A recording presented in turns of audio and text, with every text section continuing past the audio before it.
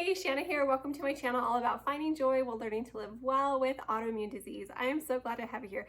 So today I am doing something special. I am sharing Q&A, questions and answers, your questions about my Hashimoto story. Last week, I shared my updated Hashimoto stories, and then on my Instagram stories, I opened it up for questions. I said, what questions do you have about my Hashimoto story, about Hashimoto's for me? So in this video, I'm going to be answering your questions, and I did not look at them or study them ahead of time. I just saw that a number of questions came in. So we'll go ahead and read them together and I will answer them. So let's get started. I'm going to go ahead and answer these in order, from the order they were asked. Okay, if you tested antibodies, at what stage did you feel like you felt better? Mine are over 400. Okay, such a good question. So I did test antibodies. This is something that was not tested until I was already at my rock bottom. And I had been going into the doctor and saying, I think something's wrong with my thyroid. It runs in my family. I have all these symptoms. And for years, my doctor just I didn't know there was like a full thyroid panel that I should have been asking for. And so he would just test my TSH, and he was using a very liberal range, like a very more like a standard range instead of like an optimal range. And my thyroid was pretty much in range. And so he's like, you're fine. And so I actually was diagnosed, I was actually finally diagnosed through ultrasound. My naturopath ordered an ultrasound of my organs to try to find what was going on with my body. This was at my rock bottom. And then they did an ultrasound of my thyroid, sent me to an endocrinologist. He diagnosed me based on my ultrasound alone, but then he said, we can run antibodies if you want. And I said, yeah, let's go ahead and run antibodies. I don't give out my thyroid results just because it feels like a personal thing to me. And usually people ask me because they want to compare theirs, and that just feel like, I'm just like, you need to work with your medical team. That's the best thing to do. But I will say that mine were pretty close to what this person's was, and that was at my rock bottom. Now, I will say that I started feeling better. So I started Autoimmune Protocol, both the nutrition and the lifestyle side of it. Most people think AIP, Autoimmune Protocol, is just like food. It is so not just food. It is also about lifestyle, sleep, stress, movement, connection, getting out in nature, reducing toxins, all of those types of things. And so, and I also worked heavily on my mindset. So I started those changes within a few days of my diagnosis, and I started noticing improvements within a couple weeks, like small improvements, and then eventually bigger improvements. So I would say within a couple of months, I was feeling a lot better. And I kept feeling better and better. So I would say within a number of weeks, I wish I'd kept a detailed journal of my symptoms and how much they improved and when, because as the more time that passes, it's just hard for me to remember. But I know within weeks, I was like adding more back into my schedule, where at that point, I was very much like I was like barely functioning. Like, I have to focus as much as I can on my health and getting better, because I wasn't going to my kids' activities. I was struggling to walk up the stairs, couldn't walk around the block without walking at a snail's pace and stopping to rest. And so, so yeah, I would say I felt better within weeks. Now, I felt better and better within months. And that, I think it was like I want to say it was like 6 months later, maybe it's like, or it was around 6 months later. I'd have to pull up my lab work and see. But I was feeling so much better, and I was so excited because I'm like, yeah, I'm gonna go to my endocrinologist and show him that all my antibodies are gone and that I'm feeling so much better. And that was not the case. My antibodies were still where they were before. And so I shared my updated Hashimoto's story, which I'll link if you haven't watched it yet, just how hard that was and how I got through it. And my antibodies did end up coming down by the hundreds, like I want to say like a year and a half later, or a year later, a year and a half later. So anyway, hopefully that answers your question. Okay, next question. What do you do for joint pain? Okay, so joint pain is one of my symptoms that I had, especially in the years prior to my diagnosis. Originally what I did when I was undiagnosed was my mom mentioned that she had seen on the Dr. Oz show. So some of my symptoms years prior to my diagnosis were things like joint pain, my hair was falling out. My hairdresser was like, do you know that your hair is falling out? Like, I don't know, like it seemed like the least of my problems at the time. I was really, really busy young mom. But so my hair was falling out, the joint pain, and I had a couple other symptoms too. And again, like I'd go to the doctor and he'd be like, "You're fine," you know? And I'd be like, "I don't feel fine. I don't feel fine." And my mom years ago said that she'd been watching the Dr. Oz show back then, and that she thought maybe if I go gluten-free that my symptoms would clear up. And so I was like, well, I'm willing to try it. So at this point, my husband and I were self-employed, and our insurance wasn't very good. And so going to the doctor it cost quite a bit of money, and having any labs done cost quite a bit of money. And so I was like, I'm just gonna go gluten-free and see if it works. And it did. My joint pain improved, my hair stopped falling out, my other symptoms improved, but only temporarily. So I wanna say it helped me for like a year or two. And then my symptoms started coming back, and that's when it was like gradually worse and worse and worse and worse, and then worse all at once in 2017, in the middle to the end of 2017, was when I was hit my rock bottom. At that point, I had my joint pain back really, really bad. And so again, I changed my nutrition, my mindset, my lifestyle through the Autoimmune protocol. And also I did work with a naturopath, and she did help me with some targeted supplementation based on my body's needs. Also, I will share that for a lot of years before I started my wellness journey, I did take a lot of ibuprofen, Advil, NSAIDs, and I will say that through my nutritional therapy practitioner program, through the NT, I learned that those are actually not good for a number of reasons. And so now if I'm in a flare and if I do have joint pain pop up, I avoid taking ibuprofen, Advil, NSAIDs, or anything like that. With that said, work with your doctor, because all of us are different. Pain relievers can be really, really instrumental in some people's wellness journey. And so I'm not knocking them completely. I'm just saying work with your medical team, your naturopath, your functional medical doctor. Another reason why I don't take them is not just because of the effect on gut health and the effect on the body's natural inflammation process, but also because I think I held on for so long before I hit rock bottom because I was taking so much ibuprofen. And so now I realize I want to feel what's going on in my body. And if I have joint pain, then it's a sign saying I need to slow down. I need to make some adjustments. I need to work on some things. And so that's another reason why when I'm in a flare and I do have symptoms, I try to avoid taking those things, just because I use my symptoms as feedback from my body, letting me know like where I'm at and what adjustments I do need to work through. But again, you do what you need to do. You work with your medical team, like no shame whatsoever. So I will say that I do have a video on tips for reducing pain and inflammation naturally. So I will link that if you're interested. And there's other things that can be really, really helpful. I've used essential oils. I've heard great things about CBD oil. I have not personally tried it. So there's a lot of options for treating joint pain. Okay, next question. When you were diagnosed, was it obvious in blood tests? So yes, so I mentioned that before. I was diagnosed based on my thyroid ultrasound. It was obvious in my ultrasound that something wasn't right, and so they referred me to an endocrinologist. And as I mentioned, he did offer to run the antibodies test, and I said yes. I don't think he ran a full thyroid panel. I didn't know at the time to ask for a full thyroid panel. So my antibodies in that test were very elevated. And so it was obvious that I had Hashimoto's. Okay, next question. What kind of medication are you on that works for you? Okay, so great question. This is a question I get quite often. I'm actually not taking any medication. When I was diagnosed, even though I felt like death and I was like barely functioning, my thyroid level, my TSH, which is the only other thing that they ran, that was within standard range. And again, this wasn't a functional medical doctor. This was just a regular endocrinologist, and he used a standard range versus an optimal range, and my thyroid was within standard range. With that said, my TSH was at a point where he thought I would need to be on medication soon, and so he had me come back a few months later to have my TSH retested to see if I would need to be on medication at that point. It was kind of frustrating because I was very of the Western medicine mindset back then, and I was like, just give me a pill, just make this nightmare go away. I just want to feel better. I just want my life back. Like, let's do this. And so to realize that there's nothing I could take to make this go away was really, really difficult. And it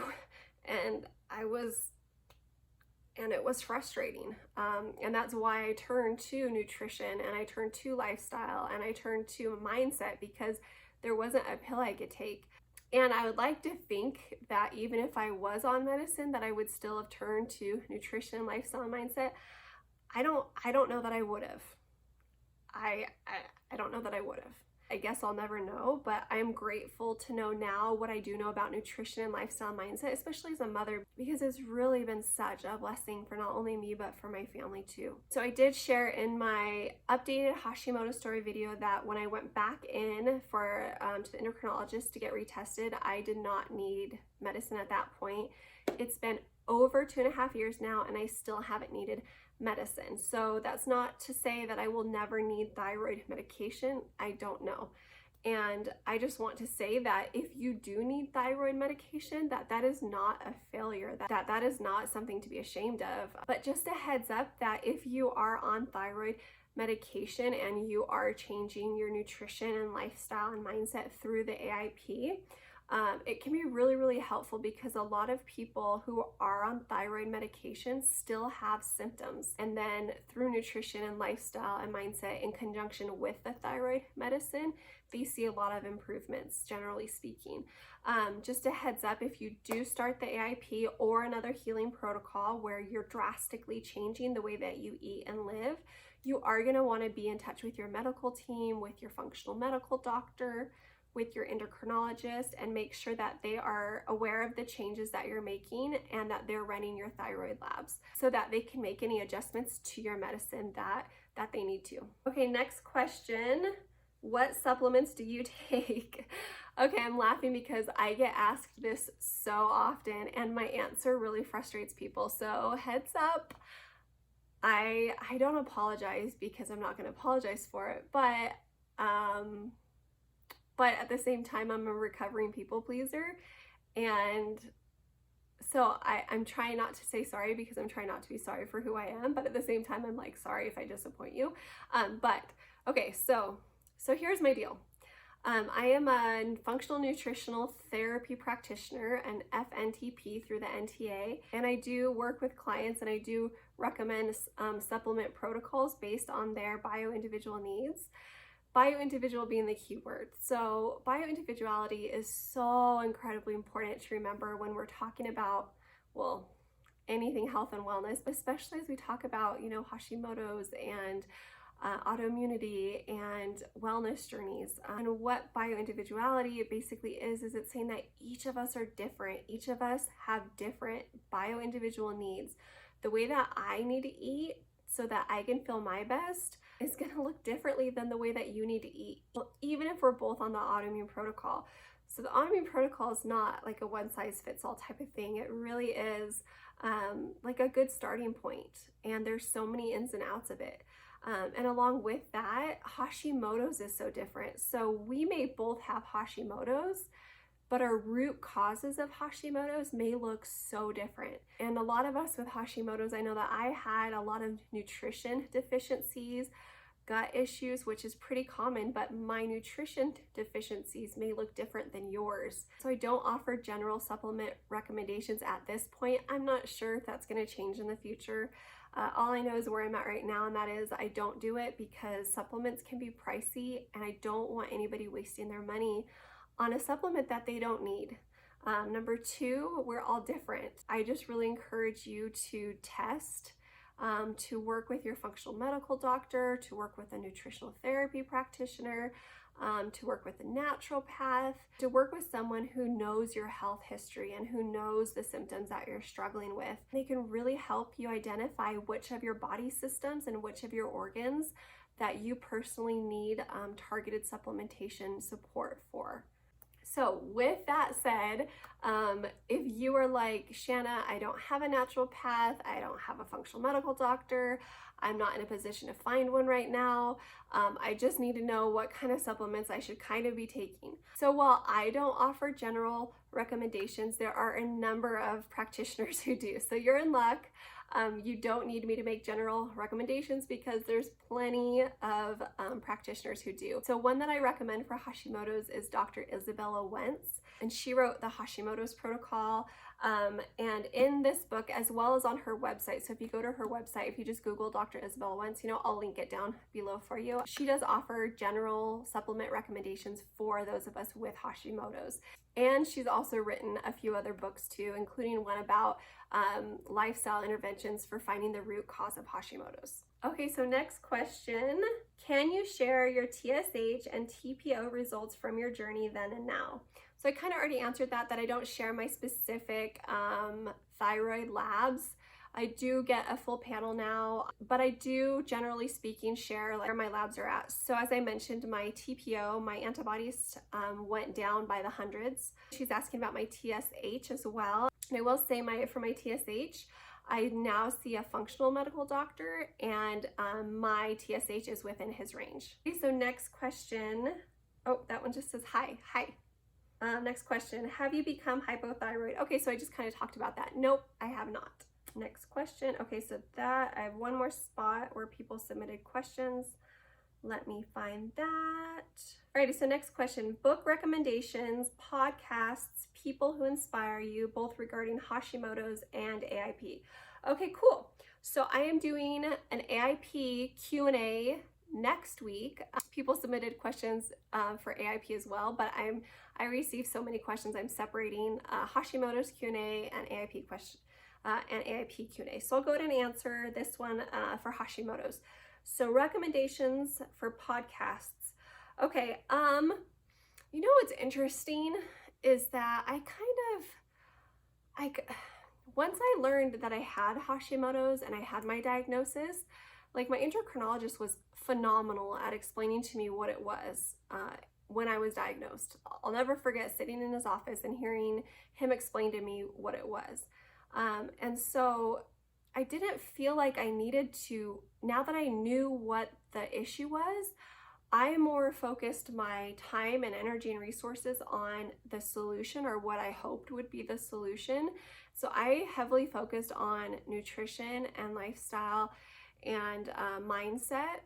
With that said, like I said, I was working with a naturopath and a medical team on finding any kind of support I needed there. Also, I did have a friend who with Hashimoto's, and she is the one that recommended, I think she's the one that recommended this, Dr. Isabella Wentz, and so I think that's how I heard of her. I did not read this whole book. I read a good deal of it and I really like it, but I chose to do the Autoimmune protocol as far as nutrition and lifestyle because that's what my naturopath recommended.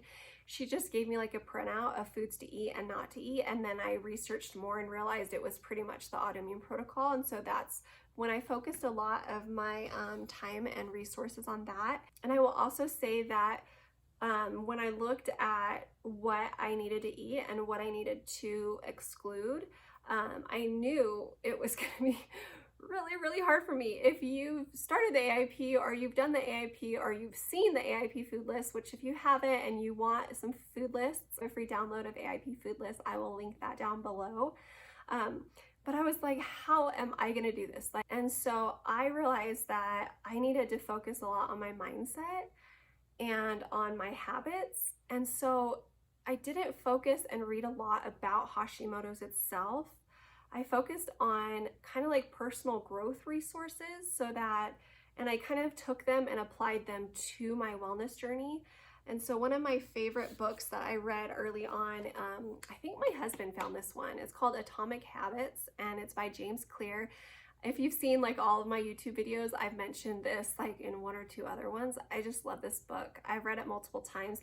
Nothing to do with Hashimoto's, nothing to do with AIP, nothing to do with wellness journey. It just is about the power of changing our small habits.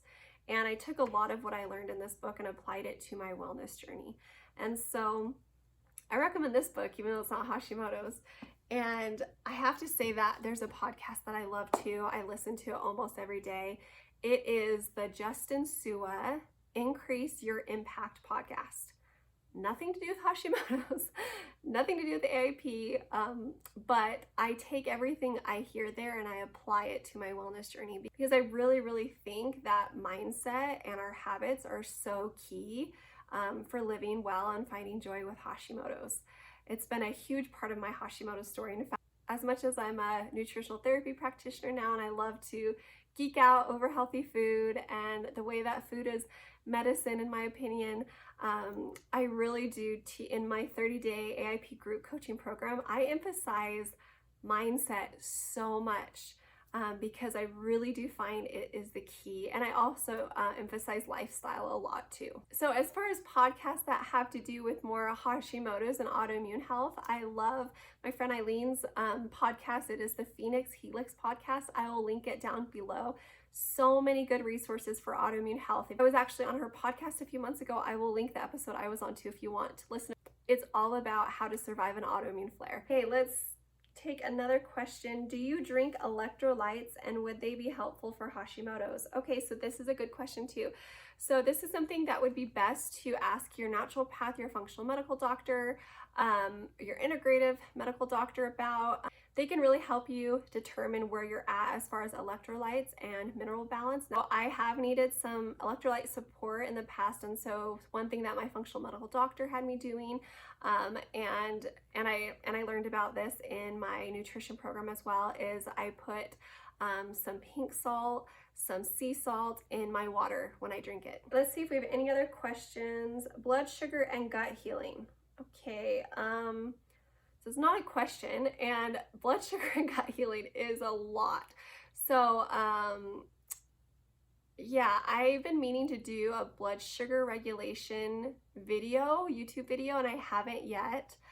There's so many ins and outs of blood sugar regulation. It's gonna be like just a basic one. I do have it's not a gut healing YouTube video, but I do have a tips for digestive health video. I will link that below. There's so many places I could go with gut healing and blood sugar regulation, and so it would be like, this would turn into a really long video. So I'm not really sure what the question is there, but I will say this, that gut healing and blood sugar regulation are incredibly important, and it's really important to be able to support our gut health and to continue working on improving our gut health, as well as to work on our blood sugar regulation. And I will say this about blood sugar regulation, is that it's not just about what we eat. And so I know that I used to think, and a lot of people think, well, I don't even eat sugar, like especially once you start AIP, like I don't even eat sugar. Why would I have a blood sugar regulation issue? It's so much more intricate than that. And one of the biggest things that can throw off our blood sugar is stress. And so I will just leave it at that keep working on managing your stress, keep working on improving your stress. And I will also say that blood sugar regulation can really affect our sleep as well. So generally speaking, one of the telltale signs that your blood sugar is off is if you wake up between 3 a.m. and 4 a.m. like clockwork and you can't go back to sleep. That's something that I had. It was not fun. And in my case, that's something that improved as I was supporting my blood sugar regulation. And another just quick tip, again, it's such a big topic, but just a quick tip too is make sure that you're macro balancing your meals, meaning you're eating a protein, healthy fats, and carbs in the form of veggies at every meal, and that's going to help with your blood sugar as well. I encourage you to work with your medical team, your functional medical doctor, your naturopath on personalized supplementation that can help support your gut health based on your needs, as well as your blood sugar regulation. All right, so let's do another question. Oh, hi. Another question. Do you take any supplements for your Hashimoto's? Okay, so I already answered that, so we're good. Hashimoto's and AIP while pregnant or breastfeeding. Okay, great question. There's actually a private support group on Facebook for AIP while pregnant and breastfeeding that I've heard great things about. I'm not a part of it because I started AIP 10 years after I finished breastfeeding and I haven't had another baby. And so let me grab the link for that real fast, or let me just look up the name for that and I will get that for you, and then you can go on and you can ask to join. And it's just like a little questionnaire that you fill out. Okay, so here it is. Autoimmune protocol diet in pregnancy and breastfeeding. And you can just like search, even if you just search, like I just searched in Facebook AIP pregnancy and it pulled up. But yeah, AIP protocol diet in pregnancy and breastfeeding. So I don't know if you can kind of see that. So yeah, that I've heard that that's a wonderful resource. All right, and I think that was the last question. Yep, that was the last Hashimoto's question. So next week I am doing Q&A AIP style. So I'm going to answer the questions that you submitted on the AIP. Thank you for watching this. I hope you enjoyed this video. Please give it a thumbs up if you liked it. Please comment and let me know what your experience is, a little bit about your Hashimoto story. I would love to hear. Please know that you're not alone. I know that living with Hashimoto's can feel so isolating and so lonely. You know, it's one thing, well, to come on here and to get to love and support each other, but when we put away our phones or we put away our computers, it can really feel like we are on our own. And so please just take this journey as slow as you need to. Please know it's okay if you're feeling anger or bitterness or like your life has been stolen away from you. Please know that you're not alone, and those feelings don't make you a bad person. Those feelings make you human. I felt those feelings too. You know, a lot of people think, oh, I'm so positive. And as positive as I am now, I was not that way at my rock bottom. I still have days occasionally, they're much fewer and much further between, when it all gets to me, because it's hard to live this way, right? There's no cure for Hashimoto's. And so this is a lifelong journey. And as much as I have a lot of reinterest now, I still eat in a way that nobody else I know eats. And it can feel lonely even for me. But I know that when I eat this way and when I live this way and when I work on my mindset and my gratitude and my positivity, that I have no regrets, that I'm able to live my best life, that I'm able to be the woman and the wife and the mama that I want to be. And that doesn't mean my health is perfect. That doesn't mean that I don't get sucker punched by Hashimoto sometimes. That doesn't mean that it's all rainbows and butterflies. It's not. It takes grit and determination and stubbornness and just getting back up when we fall back down. And so if today you have fallen down, let me help you get back up. You can do it. I believe in you 100%, and I'm cheering you on so loud, and I'm sending you so much love and support. I hope you have a wonderful week.